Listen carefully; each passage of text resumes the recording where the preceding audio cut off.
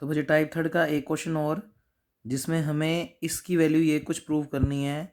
Type third कैसे पता लगा? साइन या कोस प्रेजेंट है, जीरो से इन्फिनिटी या माइनस इन्फिनिटी से इन्फिनिटी लिमिट है, और नीचे वाली चीज़ को सोल्व करेंगे और अगर इमेजनरी पोल्स मिलते हैं तो ये थर्ड टाइप का क्वेश्चन है। तो डेफिनेटली यहाँ से इमेजनरी पोल्स मिल रहे हैं, वो आप पहले इक्वेशन चेक करके देखोगे तो पता लग जाएगा। अब बच्चे कल आपको बताया था टाइप थर्ड के लिए कोस हो या साइन हो उसको ई की फॉर्म में लिखोगे तो एफ जेड जो मानेंगे वो मानेंगे ई की पावर आयोटा एम जेड और अपोन में जेड की four plus Z square plus one. तो कुल मिलाकर कोस एम एक्स को जेड की फॉर्म में ई की पावर आयोटा एम जेड लिखेंगे हम। फिर इसमें से एफ वन जेड को क्या बोलते हैं? ई को छोड़कर, तो वन अपॉन जेड की four plus Z square plus one, इसको बोल दिया एफ वन जेड। फिर पोल्स निकालने हैं एफ जेड के, तो इसके डिनोमिनेटर को इक्वल टू क्या पुट कर दोगे? जीरो।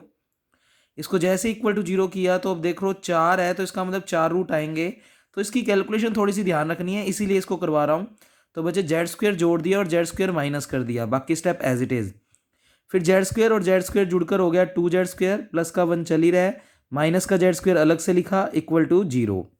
फिर बच्चे इतनी इतनी चीज़ होल स्क्वेयर बन गई, जेड स्क्वेयर प्लस वन का होल स्क्वेयर और माइनस का जेड स्क्वेयर चल ही रहा है और इक्वल टू जीरो चल ही रहा है। फिर A square minus B square की प्रॉपर्टी लगा दी, तो A plus B A minus B equal to zero. बच्चे ये क्वाड्रेटिक इक्वेशन है, जेड को पहले लिख दो वन को बाद में, ऐसे ही माइनस जेड को पहले और वन को बाद में। तो यहाँ से भी दो रूट मिलेंगे और यहाँ से भी दो रूट। फॉर्मूला आपको आता है minus B plus minus under the root B square minus four A C upon two A. तो इसके लिए भी लगा दिया और इसके लिए भी लगा दिया, तो यहाँ से भी दो रूट आए प्लस माइनस करके और यहाँ से भी दो रूट आए प्लस माइनस करके। अब ये पता लगाना है कि कौन सा पोल कर्व के अंदर है और कौन सा पोल कर्व के बाहर। बच्चे इस पूरे ब्रैकेट की पावर तो वन ही थी, तो इसका मतलब ये कैसा पोल है? सिंपल पोल। तो ये चारों के चारों सिंपल पोल हैं। अब अंदर कौन है और बाहर कौन है उसके लिए आपको इन चारों को कुछ नाम दे दिए। तो प्लस वाले को जैसे अल्फा, दूसरे माइनस वाले को बीटा, ऐसे ही गामा और डेल्टा। तो जो ये चार रूट आए हैं उनको हमने पहले नाम दिया अल्फा, बीटा, गामा और डेल्टा। अब वही टाइप थर्ड हो या सेकंड हो या फोर्थ हो तो उसमें हम अपर हाफ प्लेन बनाते हैं, बना दिया माइनस आर से प्लस आर रेडियस। अब देखो ध्यान से बच्चे, इस टू को इसके अपोन में अलग और इसके अपोन में अलग करेंगे तो x का मान आ गया माइनस वन बाई टू और y का मान आ गया रूट थ्री बाई टू, क्योंकि कॉम्प्लेक्स नंबर होता है x प्लस आयोटा वाई। तो x और y का कंपैरिजन करेंगे तो माइनस वन बाई टू और रूट थ्री बाई टू। बच्चे x नेगेटिव और y पॉजिटिव सेकंड क्वाड्रेंट में होता है, इसका मतलब अल्फा तो यहाँ होगा यानी कर्व के अंदर है। बिट्टा को देखें तो माइनस का वन बाई टू और माइनस का रूट थ्री बाई टू। बच्चे x भी नेगेटिव y भी नेगेटिव थर्ड क्वाड्रेंट में, तो इसका मतलब बिट्टा जो होगा वो कर्व से बाहर। ऐसे ही वन बाई टू और रूट थ्री बाई टू, तो बच्चे प्लस का ही x और प्लस का ही y फर्स्ट क्वाड्रेंट यानी गामा भी अंदर है। और इसी तरीके से डेल्टा को देखोगे तो x positive y negative fourth quadrant, तो ये भी सर्कल से बाहर। तो कुल मिलाकर अल्फा और गामा दो रेजिड्यू हैं जिन पे हमें सिंपल पोल निकालना होगा। तो लाइनों में यही लिखा हुआ है, here Z equal to alpha and gamma are simple pole inside C and beta and delta are simple pole outside C. फिर कॉशी रेजिड्यू थ्योरम को बुला लिया, तो integration C F Z D Z equal to two pi iota summation R plus. Integration C F Z D Z को diagram को देखते हुए break किया, तो सी आर जब भी कैपिटल सी आर कर पे चलोगे तो एफ जेड और फिर माइनस आर से plus R F x into D x. इधर एफ एक्स क्यों लेते हैं मैं बहुत बार बता चुका हूँ, रियल एक्सिस पे वाई जीरो होता है तो इसका मतलब जेड के फंक्शन की कोई जरूरत नहीं है, क्योंकि जेड में तो एक्स भी आता है और वाई भी। तो इसलिए हम यहाँ पर माइनस आर से आर में एफ एक्स लिखते हैं। फिर लिमिट आर टेंडिंग्स टू इन्फिनिटी लगा दी। मैं एक बार फिर से बता देता हूँ, ये रेजिड्यू है तो यहाँ पर जब लिमिट लगाते हैं तो इसके ऊपर लिमिट का इफेक्ट नहीं आएगा, पर ये आर जो है वो रेडियस वाला है तो यहाँ पर लिमिट इन्फिनिटी पुट कर दी, तो माइनस इन्फिनिटी से इन्फिनिटी। और यहाँ पर सी आर कर्व पे क्योंकि रेडियस आर का काम है इसलिए लिमिट आर टेंडिंग्स टू इन्फिनिटी। ये काम हम कई बार देख चुके हैं। फिर इसकी वैल्यू, क्योंकि टाइप थर्ड का क्वेश्चन है तो जॉर्डन लेम्मा से इसका मान जीरो ही आना है, पर उसको जीरो करके दिखाएंगे। तो हमने एफ वन जेड को बुला लिया और उसके ऊपर limit Z tends to infinity लगानी है, और अगर इसकी वैल्यू जीरो आती है तो इस सी आर कर्व की वैल्यू जीरो हो जाएगी।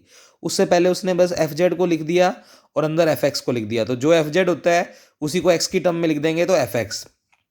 पेपर में टाइम बचा सकते हो, ये स्टेप स्किप कर सकते हो, लास्ट में ही रख दिया करो वैल्यू।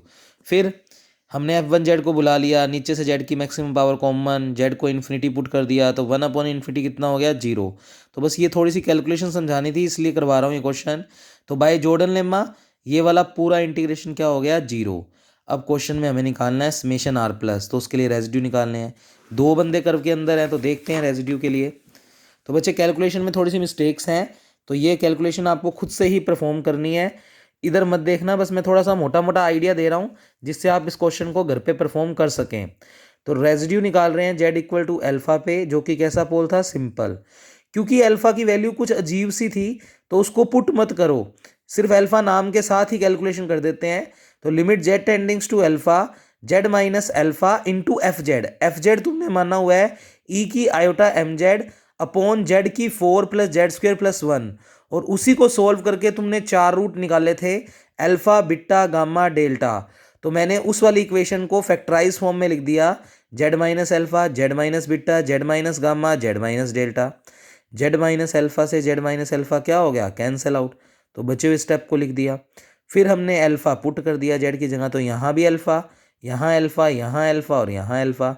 उसके बाद अब सिंपल बात यह है, अल्फा बीटा गामा डेल्टा तुमने लिख रखे हैं, अल्फा में से बीटा उठाओगे जो वैल्यू आएगी वो रख देना, अल्फा में से गामा अल्फा में से डेल्टा रख देना। आफ्टर सोल्व तो उसने alpha minus beta alpha minus gamma alpha minus delta निकाल के दिखा रखा है। ये सारी वैल्यूज़ यहाँ यहाँ और यहाँ पुट करोगे, ऊपर भी अल्फा की वैल्यू रखोगे, तो अल्फा की वैल्यू है माइनस का 1/2 प्लस आयोटा √3/2। अब थोड़ा सा आइडिया देता हूँ। अच्छा, नीचे का स्टेप तुम्हें समझ नहीं आ रहा, तुम अपनी तरफ से लिखना सारी वैल्यू रखने के बाद।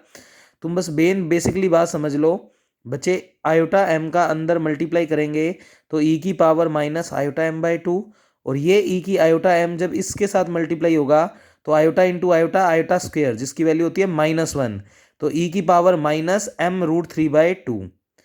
अब ई की पावर माइनस आयोटा थीटा को लिख सकते हो cos theta minus iota sine theta.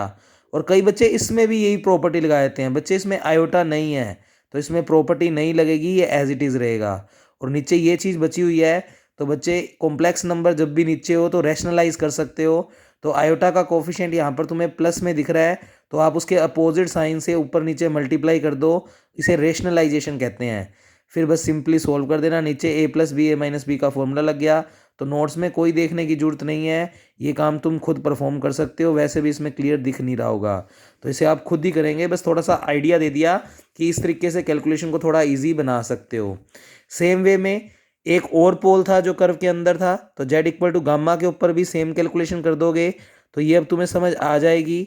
तो ये एज इट इज़, इसमें थोड़ा साफ साफ भी लिखा हुआ है तो थोड़ा क्लियर, पहले R2 की कैलकुलेशन देख लो फिर R1 कर लेना खुद से। फिर समेशन आर प्लस क्या होता है, दोनों का एडिशन, तो दोनों को सिंपली जोड़ दोगे तो वीडियो में तुम्हें ये कैलकुलेशन पूरी समझ में आ जाएगी। फाइनली जो कॉशी रेजिड्यू थ्योरम में हमने स्टेप ब्रेकआउट करके बनाए हुए थे उनमें वैल्यूज़ रख दी, तो ये पूरी कैलकुलेशन साफ साफ लिखी हुई है बच्चे, इसको आसानी से आप समझ सकते हो। तो बच्चे एफ जेड, यहाँ पर पहली बात तो एफ जेड नहीं आएगा बच्चे, यहाँ पर एफ एक्स कर लो थोड़ा सा, और एफ एक्स की वैल्यू तुम्हारे पास है ई की power iota M X upon X की 4, क्योंकि जेड वाला स्टेप तो जॉर्डन लेमा से 0 हो चुका है, तो इधर सारे एक्स हैं तो इधर भी कोस एम एक्स आएगा, तो ये थोड़ा सा ध्यान से कर लेना इसको सही, एक्स स्क्वेयर एक्स की 4 एक्स स्क्वेयर एक्स, तो ये कर लेना आप करेक्शंस बच्चे। ऐसे ही ये सारे हो जगह बच्चे जेड की जगह एक्स आ जाएगा, तो ये कैलकुलेशन आप समझ सकते हो, मतलब आपको बताया हुआ है टाइप थर्ड के क्वेश्चंस कल की क्लास में, ये सिर्फ एक आइडिया देने के लिए थोड़ा सा कैलकुलेशन का इसके लिए करवाया है। रियल और इमेजिनरी पार्ट का कंपैरिजन वगैरह वो सब टाइप थर्ड में समझाया था। अब बच्चे कल की क्लास में हम लोग करेंगे टाइप फोर्थ, जिसके अंदर हमें 0 से इन्फिनिटी या -∞ से इन्फिनिटी लिमिट मिलेगी, साइन कोस भी प्रेजेंट होगा। अब साइन कोस प्रेजेंट हो और 0 से इन्फिनिटी या -∞ लिमिट, तो टाइप थर्ड की कुछ प्रॉपर्टीज़ तो हैं, तो इसका मतलब उसमें भी जब मैं सी आर सर्कल के लिए काम करूंगा, सी पैरों में कैपिटल आर, ये बात याद रखना। अभी तक टाइप सेकंड और थर्ड में सी और पैरों में कैपिटल आर था, तो उनकी वैल्यू तो जॉर्डन लेमा से ही निकलेगी टाइप फोर्थ में भी, पर रियल पोल आने की वजह से कुछ नया काम और हो जाएगा टाइप फोर्थ में, तो उसको हम देखेंगे बच्चे। तो इंटरेस्टिंग है टाइप फोर्थ, और टाइप फोर्थ होने के बाद टाइप फिफ्थ कुछ भी नहीं है, बस टाइप थर्ड और फोर्थ दोनों का इकट्ठा है, तो टाइप फिफ्थ कोई नई चीज़ नहीं है। तो कल की क्लास में मैं दोनों टाइप ही करवा दूंगा, और आपको कहा था कि टाइप सेकंड के 2 क्वेश्चन मोस्ट इंपॉर्टेंट मैंने छोड़ रखे हैं, वो भी कोशिश रहेगी कल की क्लास में ख़त्म कर दें। तो ये बच्चे परसों अपनी कॉम्प्लेक्स की 3 यूनिट्स ख़त्म हो जाएंगी, और उसके बाद साथ साथ तुम्हारे पास लास्ट पेपर जो 5th है तुम्हारा न्यूमेरिकल मेथड, उसकी वीडियोस भी आने लग जाएंगी। उसमें से एक यूनिट जो है वो मैं बीएससी थर्ड ईयर की ही है आपकी, तो वो बीएससी थर्ड ईयर की ही वीडियो भेजूंगा। तो उसमें बोल वो रहा होगा कि यूनिट नंबर 3rd है, पर वो यूनिट नंबर 3rd ना होकर आपका यूनिट नंबर 1 होगा। मैं हालांकि जब न्यूमेरिकल की बुक की वीडियोस भेजूंगा तो उसमें एक बार आपको बोल भी दूंगा वापस, तो आप, और बाकी मैंने आज ग्रुप बना दिया है बच्चे, तो आपके फॉर्म भी आ चुके हैं, जो बच्चे रेगुलर देख रहे हैं वीडियोस, तो यूनिवर्सिटी फॉर्म आ चुके हैं, साथ साथ पढ़ना स्टार्ट कर दें। मेरी कोशिश रहेगी कि मैं मार्च या 10 अप्रैल तक आपको सिलेबस कंप्लीट करवा दूं। तो ओके बच्चे, थैंक यू क्लास। कोई भी डाउट हो तो शाम को 6 साढ़े 6 के बाद आप पूछ सकते हैं फ़ोन करके।